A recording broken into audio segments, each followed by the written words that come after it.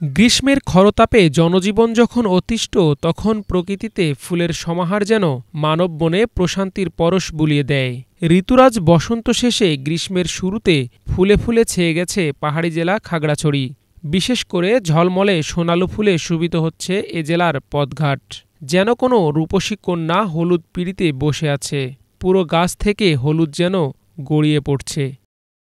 শুধু সড়কের পাশে নয়, জেলার বিভিন্ন স্থানে ও বাড়ির আঙিনায় মিলবে সোনালু ফুলের শোভা।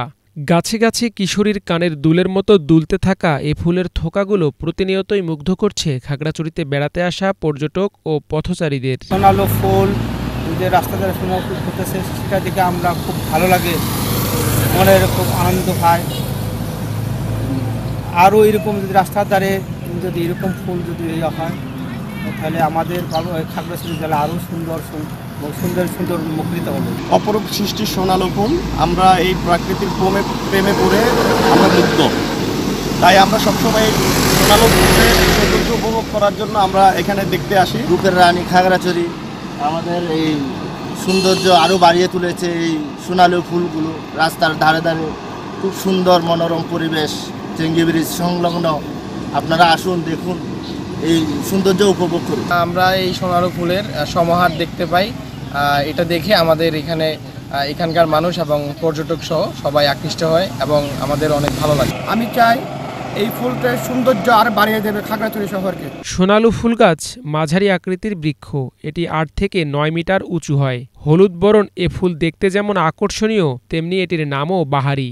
সোনালু, সোনাইল, সোদাল, বান্দর লাঠি সহ বিভিন্ন নামে পরিচিত এ গাছটি। আপনারা যেদিকে তাকাবেন সোনালুর ফুল দেখতে পাবেন। সোনালু আসলে দেখতে অনেক সুন্দর। তো আমি আমার বাড়ির উঠোনে সোনালু গাছ লাগিয়েছি। এটা এক প্রকার ভাইরাল। তো বাংলাদেশের অনেক জায়গা থেকে দেখতে আসে আমার সোনালু ফুলটা, কারণ উঠোন ভরা সোনালু ফুলের পাপড়ি পড়ে থাকে, বিশেষ করে সকালবেলা। ওটা দেখতে অন্যরকম সুন্দর লাগে। ডলার খরচ করে ফুলের গাছ আমদানি না করে ঔষধি গুণসম্পন্ন সোনালু ফুল দিয়ে পুরো দেশকে সাজানোর পরামর্শ বিশেষজ্ঞদের। বাংলাদেশের ব্যাপক এলাকায় এর সোনালু গাছ ফুল দেখা যায় এবং এটা বিনা যত্নেই বিভিন্ন স্থানে এটা বেড়ে ওঠে এবং বিশেষ করে এই গ্রীষ্মকালে সামার সিজনে এটার ফুলের মোহনীয় সৌন্দর্যে আমাদের প্রতিকূল খুবই এটার সৌন্দর্য উপভোগ করে। এবং আমি মনে করি যে এই ফুলটা, এটার যে ঝুলন্ত পুষ্পমঞ্জরি, এটা দেখে যে কেউ আকৃষ্ট হবে।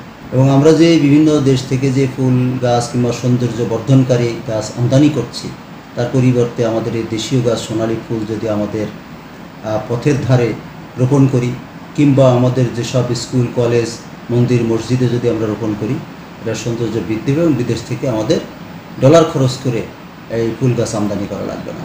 আর এই ফুলটা গাছটার একটা ওষুধি গুণ আছে, বিশেষ করে এটা বহুমূত্র রোগ, ডায়রিয়া রোগে এটা ব্যাপকভাবে বৃদ্ধি পায়। প্রতি বছর এ সময়ে গাছগুলোতে ফুল ধরে, সৌন্দর্য ছড়িয়ে পড়ে প্রকৃতিতে। Bangla vision news desk.